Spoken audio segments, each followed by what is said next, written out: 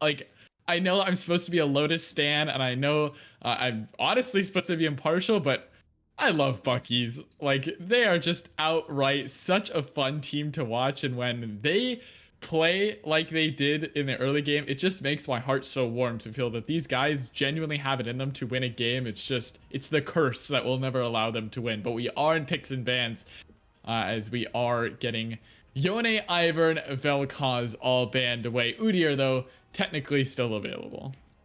Udyr is still available. There is still a ban remaining, both 2 for red side, 1 for blue side. So we'll have to see what New Age does decide. They are taking their time with this second ban. The Seraphine looks like it will come through. I do like the Seraphine ban again. I think that should just be ban on red side. There goes the Jhin. So they don't want Blazing Bronze back on that one after he did carry the late game. Again, I think much to Doctor's analysis was Oh always my sort of, gosh. oh, it's going to happen. It better They're happen. giving it to him. Hey, Yeah, it has just to first happen, pick right? it.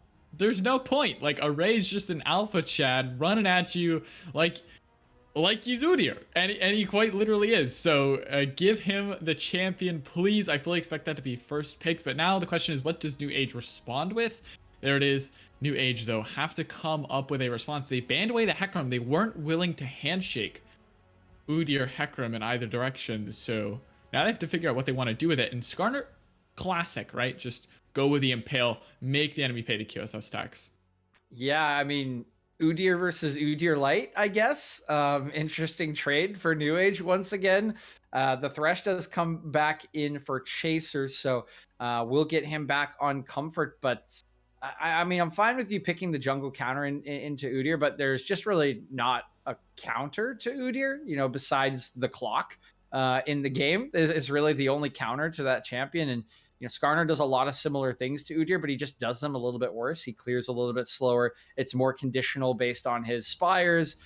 He does obviously have a similar role in initiating team fights with the flash ulti, which is better than Udyr's stun, but is obviously on a much longer cooldown. So I do just basically call Skarner Udyr Light for the reasons that he is essentially playing the same role, but I just think does it a little less effectively. It will force QSSs out of the enemy team, but I'm not really sure that's worth the trade for Udyr. Yeah, Udyr is one of those champions that, yeah, again, if you get ahead on Udyr, it's really, really hard to deal with. But Anivia going to be picked up for Bucky's this time instead of handing that one over to New Age. And that is a pretty good champion against Skarner. Not only can you land that easy stun, we were talking about the Serpentine, or at least the casters were in the game. It's pretty hard to dodge Anivia's stun unless you do have some extra bit of mobility. So we'll see if Skarner can navigate his way through all the zoning that Anivia can provide. Second phase of bans coming through, though. Orianna, Leona actually going to be banned away by New Age. Yep, Orianna and Leona are that one taken away from Eben. Did play that one fairly well in game number 1, setting up a lot of good engages in some of those fights, following up on Array's Udyr. So don't want him back on that one. And also can be a bit of a bother for the Vladimir that was selected to round out a phase 1 for New Age. If you do throw the E out and connect, he's going to have to go in the pool. That's an easy target for when he does come back up for the Solar Flare. So we'll take that one away. The Heimerdinger also taken off the board. I think this is fairly smart from New Age. We didn't get the Udyr, but at least take away one of the damage threats that was played to good success last game. And oh boy, we have not seen any priority on this in the drafts. We actually haven't seen a whole lot of this around the league, but Tristana, just a menace across the world at the moment as a mid-bot flex. And that one's going to be locked in R4. I absolutely love that pick here for New Age. Yeah, I think Tristana has been one of the most slept on champions in amateur scene. Generally, Tristana not only can be early game dominant with an engaged support like Thresh, but also scales incredibly well. Not only do you just get the natural damage that an AD carry gets late game, but you also get more range. You get safer as the game goes on, which outside of Senna isn't really something a lot of AD carries can say. Speaking of range, though, Caitlyn will be locked in for Bucky's Stratosphere. One of the marksmen that can match that late game range, especially with the RFC coming through. Morgana as well to combo. You get the Dark Binding, you get the Trap. We all know how it feels to get locked down by that kind of crowd control. But New Age, okay, so that Tristana will be going mid instead of the bots. That means Vlad will be going top and Ezreal will be headed to the bot lane. Okay, so that is an interesting adaptation for the likes of New Age. I really like the bottom lane the Buckies have gotten for themselves. You know, Ezreal is going to be safe into Caitlyn Morgana. He does have the range to farm away from the auto attack range of Caitlyn. However, he's just going to get pushed in. I mean, over and over again in this lane. There's just no way as an Ezreal pre 6 that you can match the wave clear at all against these two champions, particularly with a melee support into the Morgana. So, there is a lot that Buckies can do, just like they did in game number one in this early game around their bottom lane. Caitlyn Morgana will have continual priority. You can use that to stack early Drakes with the Sudir. You can rotate it up to Rift Herald if you want to prioritize that. Volibear should be able to just kind of helpfully rotate around the map. And I really do like the adaptation there from this bottom lane. Typically, it's something you see into Kaisa, not really Tristana, but I think they sort of lucked out and that New Age decided to put the Tristana mid instead of in bottom. The one question here is Anivia going to be able to stay alive pre 6 against this Tristana? Yeah, and with that gap closer, that rocket jump, it could be a little bit dangerous. And you could tell New Age were memeing me just a little bit by hovering the Jinx there. One of the other marksmen that can get a little more range as the game goes on with the Q evolve, but or with the points rather in Q. But yes, as you see in chat, get your predictions in. Obviously, the game was far closer than any of us were anticipating, so maybe voting Bucky's isn't too bad of an option. New Age, though, still looking good, still understanding that they had a way back into that game, not just turtling in their base, actually making plays when needed. So get your predictions in, get your bingo cards, and get ready for this game, because I fully anticipate when Array's on Udyr, we're getting fights all the time at every possible angle. Yeah, I think that will absolutely be the case. Array's going to need to be critical for this early game for Bucky's once again. They do have a nice valve with that Caitlyn Morgana to make it work once again. And up against Skarner, unless he's directly on a Spire with help, you should be winning early game duels. So I think this should work very well for Bucky's. I think Array should feel fairly free to do what he wants to in the early game. And we saw how that worked out for them in game number one. So hopefully for them to try to get that first win on the board, it can go the same way it did in game number one. And this time around, their brains just don't completely shut off. And we have to send them to doctors, hack of a hospital that we had in our pre-show once again. Wow, I was just checking the predictions. I was gonna do a little bit of banter, like, yeah, everyone's voting Bucky's, LOL.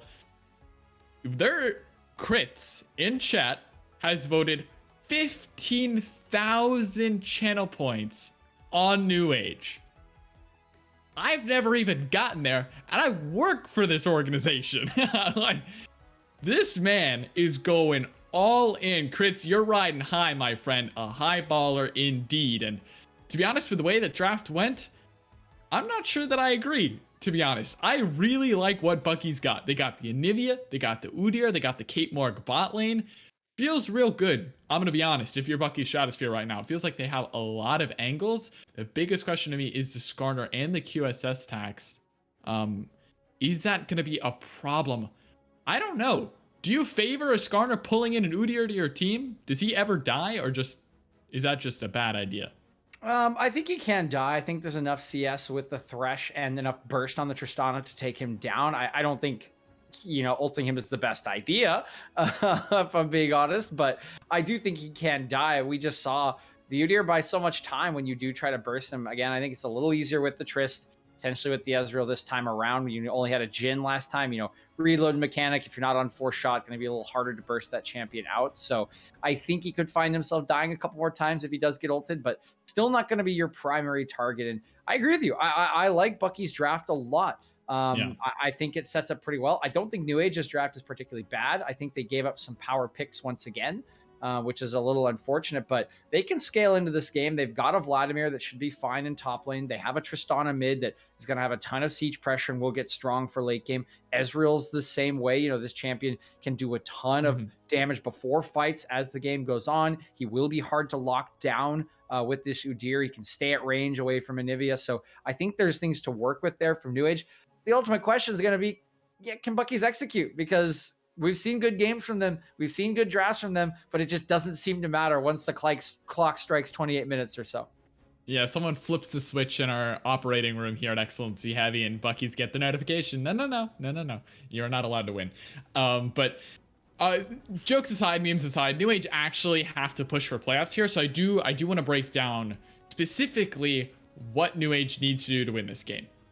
Personally, when I look at this one from the big gold 3, or well, now gold 1, slight flex, player that I am, I'm looking at Skarner, right? You need to get Skarner involved as soon as you hit 6. Get the Tristana involved as well, because if Tristana is scaling, if Tristana is is getting across the map and roaming and getting kills, that is a huge win condition. Tristana can be that carry. I'll let Potato really farm it out in top lane.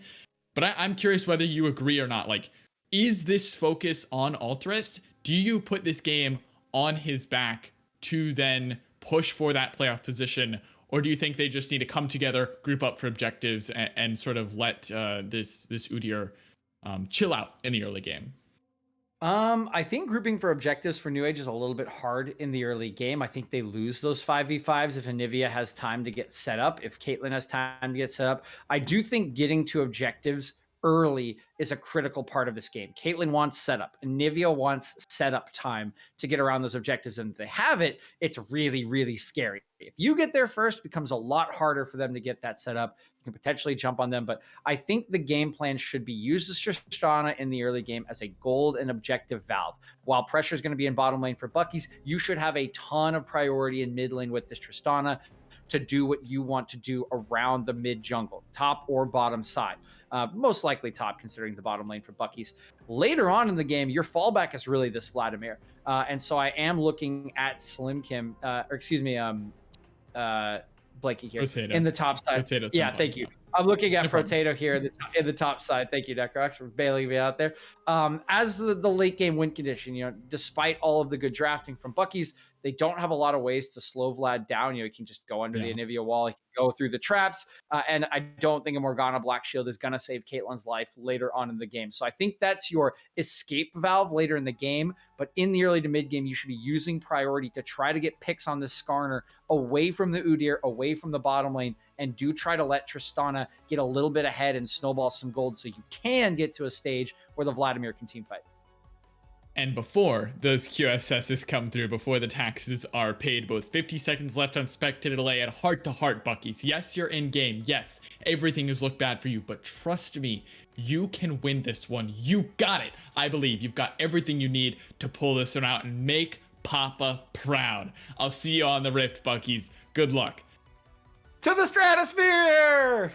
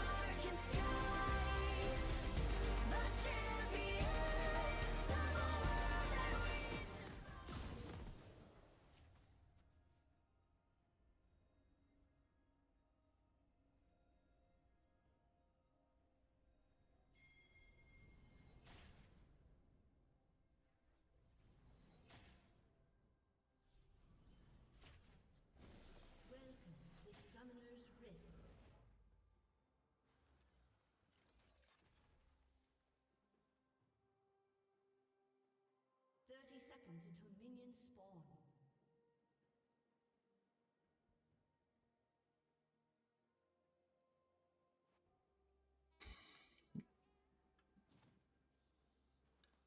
Welcome to the Rift, ladies and gentlemen. My name is Juicebox Guy. Joining me is Doctor, and being displayed on the front of the Rift because that's exactly where it belongs. Array, with this one simple hack, you can start winning games for Buckies. Let's get some of those serpentining going on, and we can make something magic happen. It's a second chance, right? You do have. I do think you have less to dodge, though, right? Like, he got so tanky that a Mystic Shot's not going to do anything. Alterist takes a while to get going, so they're not going to do anything. Age King, yeah, they have a skill shot, but it's just, Skarner. It doesn't actually matter. It's just the death sentence again. So Array, I think if he's going to straight line any game, this is definitely the one to do it.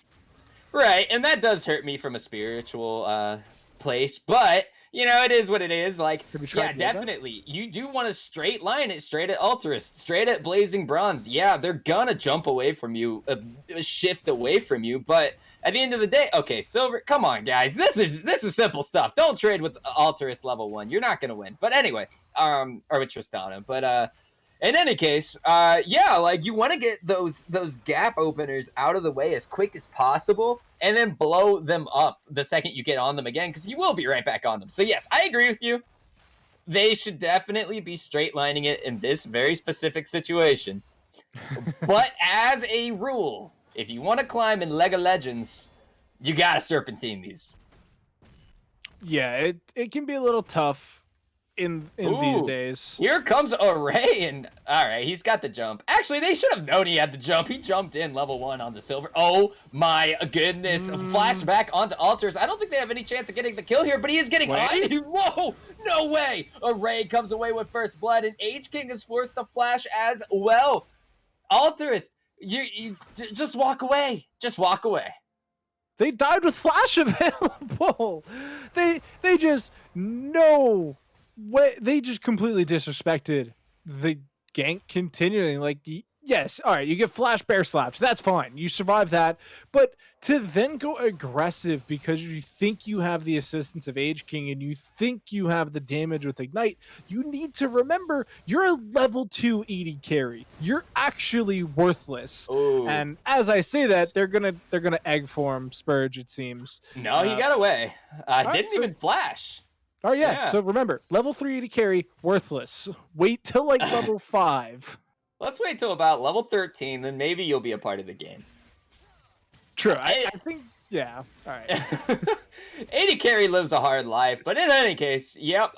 Forcing back the Anivia in the mid lane, that's going to be nice. At least you get that early little advantage, and you can see Tristana using this pressure she put into the mid lane. Alteris is now going on to the bottom lane, and if this hook lands, this could be a kill. Evan has the shield available, and it's going to be used, but it is not going to get much done at all. Has the lantern, has everything, but is rooted for so long. What in the world? The Morgana Caitlyn, I think I forgot about how long you get to sit in timeout for. Meanwhile, Slim Kim and Potato, they're getting a little saucy up in that top side. Yeah, this is a very interesting top lane matchup that I haven't seen a whole lot of it. Volibear did fall out of meta for a little while. Vladimir's just now coming back into the meta. So it's very... I don't know. I do think it's Vladimir favored. It seems to be that way. Slim Kim does have some sustenance. Oh, flash forward! That could be the kill. One auto will do it, but Potato able to slink away with just the one auto attack of health left. And because it's Vladimir, it is just not gonna quite matter. Yeah, I mean that's heartbreaking. It's like flash or heal bait, but it's more painful. I think, right? Like, you think you get the kill, you 15 seconds. Yeah, well, 15. I think it's 20 something, but regardless, it's definitely shorter than Flash. It's 24.78 seconds is the current cooldown.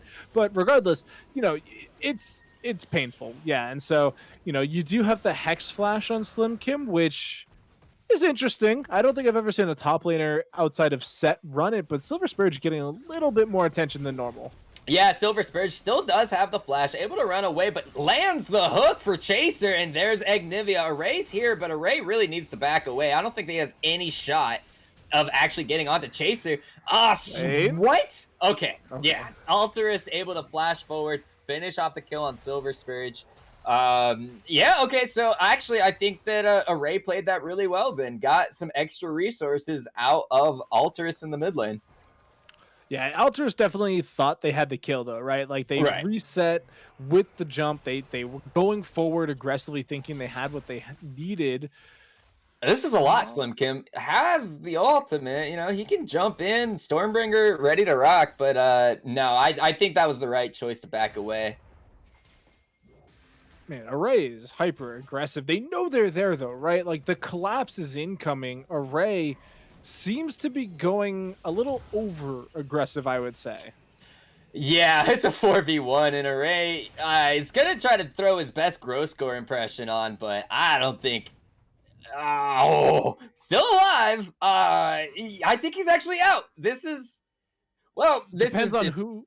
This is just disgruntling. That's definitely tilting to a certain degree. I was gonna say it would depend on who actually had that river shrine there, but it did look like H King was a little annoyed at it and just said, "I'm gonna go take my frustrations out on red buff." So, surprisingly, Array survives the 4-man gank in the enemy jungle. Yeah, he didn't even have flash up. All he had was his 2 little legs to pump as fast as they could to run away, but that is all he needed, and his flash is about to be up too, so after that, maybe he'll be emboldened to go for something a little bit more crazy. Possibly, and yeah, I would like to see them get some back into these lanes, try and get something going. As you know, again, maybe do that same play that we saw the first blood come of, where you just flash bear slap the Tristana either before or after the rocket jump, because right now Alterist doesn't have the flash because they burned it trying to kill Spurge. So great timing there. Top lane, I think so far the Vladimir has showed that they know how this matchup goes, and they're doing a really good job of actually delaying the engagement from Slim Kim. And because it's a soft CC and not a hard CC, you actually don't get the cooldown refresh on the Thundering Smash. You actually just get slowed and you get the full cooldown, which is potentially problematic. It's not that big a deal. It is annoying, but you survive and you persevere. Plus, you can just walk up to them and do it anyway. Yeah, no, it's really not that big of an issue. And something you always have to remember with Vladimir, he does not need kills. Not really. He just needs to be able to sit in lane safe and sound for a long enough time to where he becomes unbeatable, because that will happen. That is a breaking point that is going to... Right now, he's got himself a 10 CS lead, even though, you know, there are a few more minions for Slim Kim to snag up for himself. It's still, like, it's going to be really difficult for Slim Kim to actually be able to pull off this kill. He's trying again, though. Still has Stormbringer available. Protato's getting chunked out. Has Hemoplague, though. I think Slim Kim might have overplayed his hand here, but he's got Array. He's got his trap card. Great pull. Oh, what a turn, Protato. Now he's going to have to figure out something real quick in order to get away from Array. It's not going very well in Silver Spurge. Bringing 3 lane to get that kill. On the bright side, though, Array does have those 2 kills. He is getting stronger faster than Potato will. Yeah, this is very similar outcome to game 1. Obviously, Slim Kim falling to Potato Senpai is a little bit different, but across the map, things seem to be going quite okay for Bucky's. They got the Udyr ahead. They have the Caitlyn Morgana farming away in the bottom lane, just getting gold, getting resources and things like that. Silver Spurge surviving this middle lane, you know, is doing okay into the Tristana, which is just going to be a problem. You know, Tristana dying twice so far in lane, yet being ahead in CS is actually fine. Like, you're not so perturbed about the 2 kills. I mean, we all know about the 10 death power spike that Yasuo gets. You know, we got time. We scale is the thought process of Bucky's right now. And, you know, this composition... that was crazy. Silver Spurge with fingers. Yeah, really good flash, or really good stun, and you can't flash in a serpentine pattern. No, it's only straightforward, unless you flash it like an angle, in which case it's perpendicular. But, I mean, the composition from New Age is amazing once they scale. Array could be in trouble, but Alterus also taking a healthy chunk there. Black Shield's already been used, and Alterus is going to rocket jump in. He's trying to get the kill onto Array, protected up by Will be here first. Array will be dying, but what Bucky's get back? That's the question. Potato probably going to fall as well. Under the tower go a whole lot of members. So far, it's a 2-for-1. Alterus is going all out. And Evan, all she has is these auto attacks. That's not going to get a lot done for you. Blazing Bronze, though, gets choked out so hard. Flash forward from Macro. He's so close. He will get that final auto. And I think Bucky's has the team fight if Age King and Chaser had committed a little bit harder. They do not. They play it wisely. That could be an easy second dragon for Bucky's to come collect now. Quite aggressive play coming in from New Age. They got the early teleport. Array once again skirting by the skin of their teeth. They do die eventually, but they baited Potato so deep under that tower, and even using the Hemo play, trying to stay alive, it got Eben to use the Soul Shackles, be aggressive, and get the trade kill. So that completely split up the fight, and noticingly, Blazing Bronze, as this, Sheen item Ezreal, they thought they had the damage to take on Caitlyn. I honestly think they forgot about the bush buff, though. Oh, Array is getting chunked, but he is doing so much work to Age King. He's gonna run away, bomb on top of his head, gonna share that with his teammates just a little bit. Array able to smite away the Scuttle Crab, and boom, great kill there coming out for Bucky's. That's a 1-for-0 support dead, and everybody chunked out very low. That, ladies and gentlemen, is gonna be second dragon. That Scuttle saved the Bucky team fight. It ate the death sentence that was dead set on picking up one of the low members of Bucky's there. It just Mr. Presidented its way right into danger and saved them. And Array surviving still, 2 kills to their name. Macro Beast continuing to get golden. The rest of the team collapsing quite nicely. It is a 1-for-0, but they do get their second dragon so far. And the dragon stacking so far seems great from Bucky's. They did a great job. They did an okay job in game 1. Obviously, they didn't get to the soul they wanted, but overall, they were pretty on point thanks to the Udir's presence. So that is something we're going to be looking forward to this game, right? They do still have this early game advantage. We're going to hit a mid-game trough in a little bit where the Caitlyn just doesn't feel like she's doing as much as the completed item that Blazing Bronze will have. Right. I am curious if it is going to be the Kraken Slayer or if it is going to be the Gale Force. I think that's a meaningful decision at the current state for Caitlyn, so I am curious what we get, but either way, it's Caitlyn. She doesn't do a whole lot on one item. Yeah, you're totally correct. I mean, Caitlyn's got quite a little bit to go, and yeah, that first item for Blazing Bronze is gonna help out more than whatever Caitlyn decides to grab. One thing to definitely say for Bucky's is, there has been so much improvement for these guys as this split has progressed. If anything, I think they are the team that's progressed the farthest. Now, to be fair, they were the farthest behind, but it's something. It feels really good to see a team work as hard as they've worked to get these games closer and closer. And Slim Kim actually taking first tower on the top side in the 1v1 matchup. I honestly don't hate that for Potato, though. It's not the biggest deal in the world. Alterus has a lantern, has all sorts of jumps and dashes to get away. Yeah, kind of slippery, that Tristana. So very quickly able to pick up the second brick. So they do stay somewhat competitive in gold. We're looking at about an 800 gold difference between the two teams. And Juicebox, could you please read to me the mythic that Slim Kim built? Because it's confusing me, and I'm afraid that my client might be bugged. I don't want to. Please? I'm gonna put it on the play. I'm gonna put that somewhere where I don't have to see it. As Slim Kim finds a hook right where he doesn't want to see it, hits him right in the face. They're definitely gonna be trying to contest for this Rift Herald, but it is a 3v4. Array gets grabbed up and he doesn't quite have the tank stats. He gets the stun from Age King. Chaser gonna survive with just the tiniest margin, and now it is all going bad for Bucky's. That's 2 dead. Did they even get the Rift Herald? I will spoil that for you now. No, they did not. That is a 2-for-0 plus a Rift Herald, and all they got for their troubles was Chaser's Flash. Everfrost did not come in handy there. Wasn't even activated, so doubly so, less effective.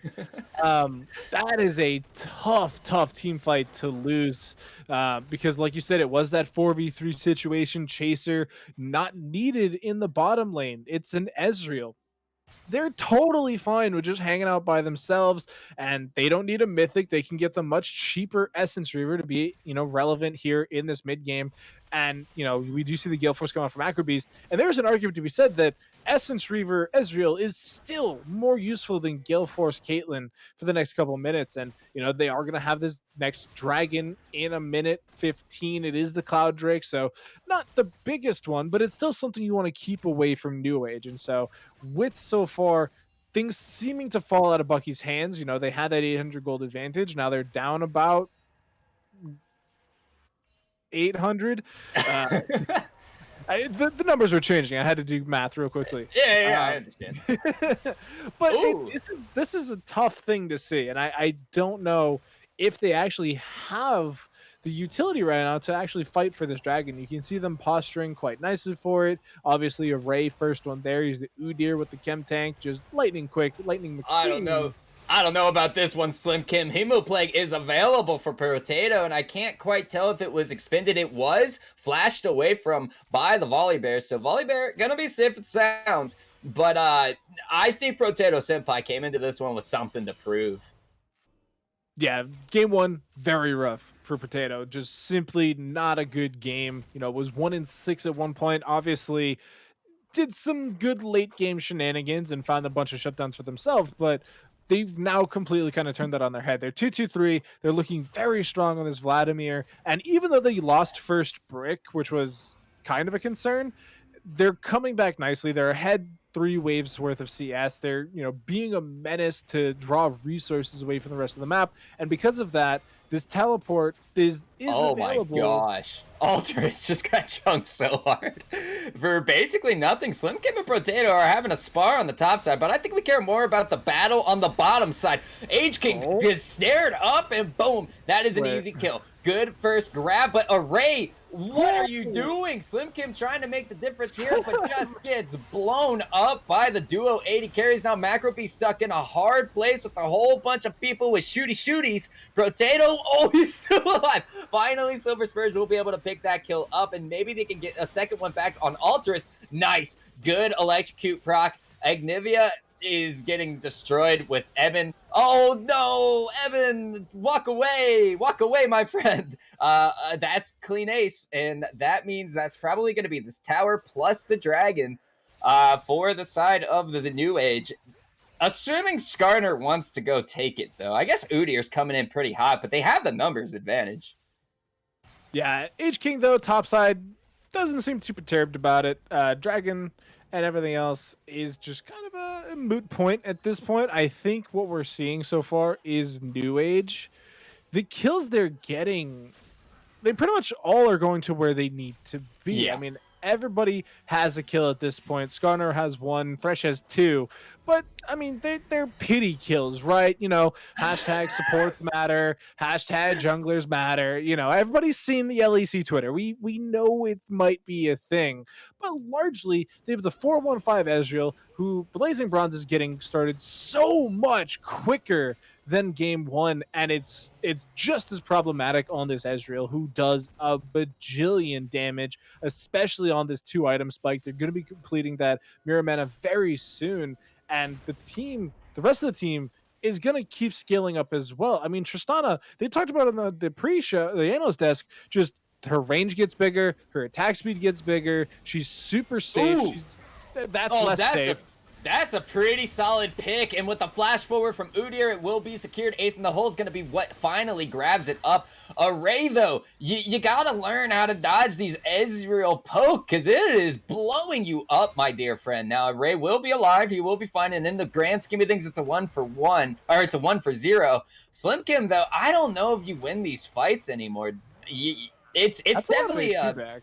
Yeah, I mean, he's getting a lot of HP back, but Potato Senpai has a lot of sustain as well, and that's something that you have to remember. Array is walking right into the face of danger, and he says, "Ha ha, I laugh at you."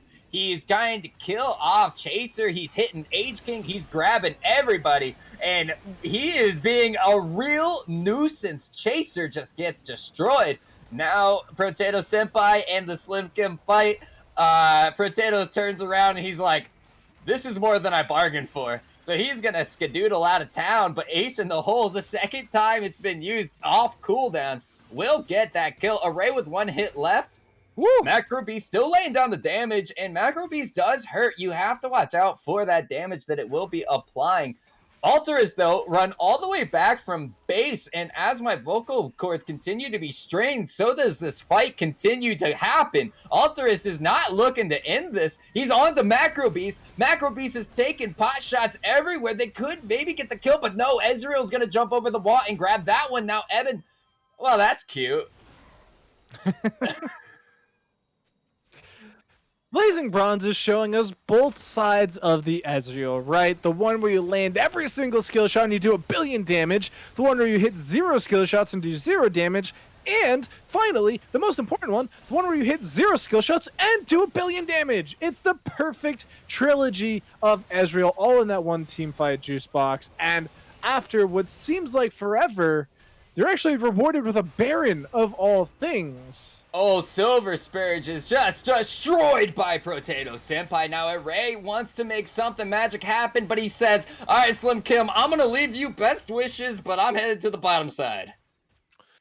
I miss when Slim Kim built tank. Yeah, those were the days. It is looking rough out here for Bucky's. I mean, they started off okay. They had an early lead in the early game. Macro, where was the trap? You would have had the kill if you had trapped him. Oh, well. Didn't they trap? I could have sworn. There are traps there. I think... Oh, well, maybe he used them all. So, yeah, I don't think he had another one, because, no, he didn't put one below Potato, I'm fairly certain. Yeah, early on, you only get so many. It's a little unfortunate sometimes, because I have to imagine that is not... they are maxing at second. So they're up to 4 traps maximum, but you're right. They probably just ran out. But yeah, I mean, right now for New Age, they're looking great. I mean, again, infinite scaling. They have everything a team could need. They have that 2-item Tristana, the 2.5-item Ezreal with the fully upgraded Mirror Mana now, who is probably going to be unkillable for the rest of the game. I don't really see them dying at any point the rest of the game, because you're going to have the Skarner protection, the Thresh protection, the Buster Shot from Trist, if they don't use it aggressively, is great defense against the, Udyr and Volibear just straight up running at you. And, Slim Kim going this, ability power route is incredibly squishy and doesn't really do a whole lot of damage, and they're just dead. Wait. Oh, he lives! Call this man Harry Potter because he's the boy who lives. Slim Kim able to get out of town on that one. Well, really just get assisted by Alterist. Had just enough healing from the ultimate to keep himself safe and sound. While Chaser he's on ward cleanup duty. And as a support main, that is the most frustrating thing to happen in the world. But he's got the nice scrying orb, scrying bloom to finish that ward kill off. See, supports do matter. I mean, they do have quite large vision scores. I will give them that. All right, Array is just taking so much damage, and Alterus, that was some very nice kiting, but Potato Senpai, he's just going to be grabbing up a tower in the top side. They're losing a tower in the mid lane, and that actually is a very important tower. You don't want to lose that one, kids. For free. For free. On the bottom side, the wave is shoved in right now. The Rift belongs purely to New Age, and Array is learning that the hard way. They're just going to give him one more tap, and that was a great ultimate from Bronze. It just did not matter. It was tight. That was almost a kill steal. I give you credit for that, Blazing. You almost had your name in lights, but you know what? Sometimes AD carry isn't all flash and shine. Sometimes you just casually knock down the enemy, middle inhibitor, turret, middle inhibitor for a whole lot of freedom. And I mean, there wasn't any response. They did this for free. They ended up even losing members on the other side of the map. Now bottom lane's completely broken open by Alterist, and this game has gone from bad to worse to worsened, and I don't see light at the end of the tunnel here for Bucky's right now.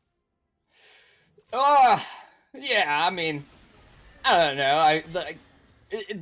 I mean, I got nothing, man. Yeah, it's looking very grim right now for the side of Bucky's, and this time, unfortunately, Who's faster?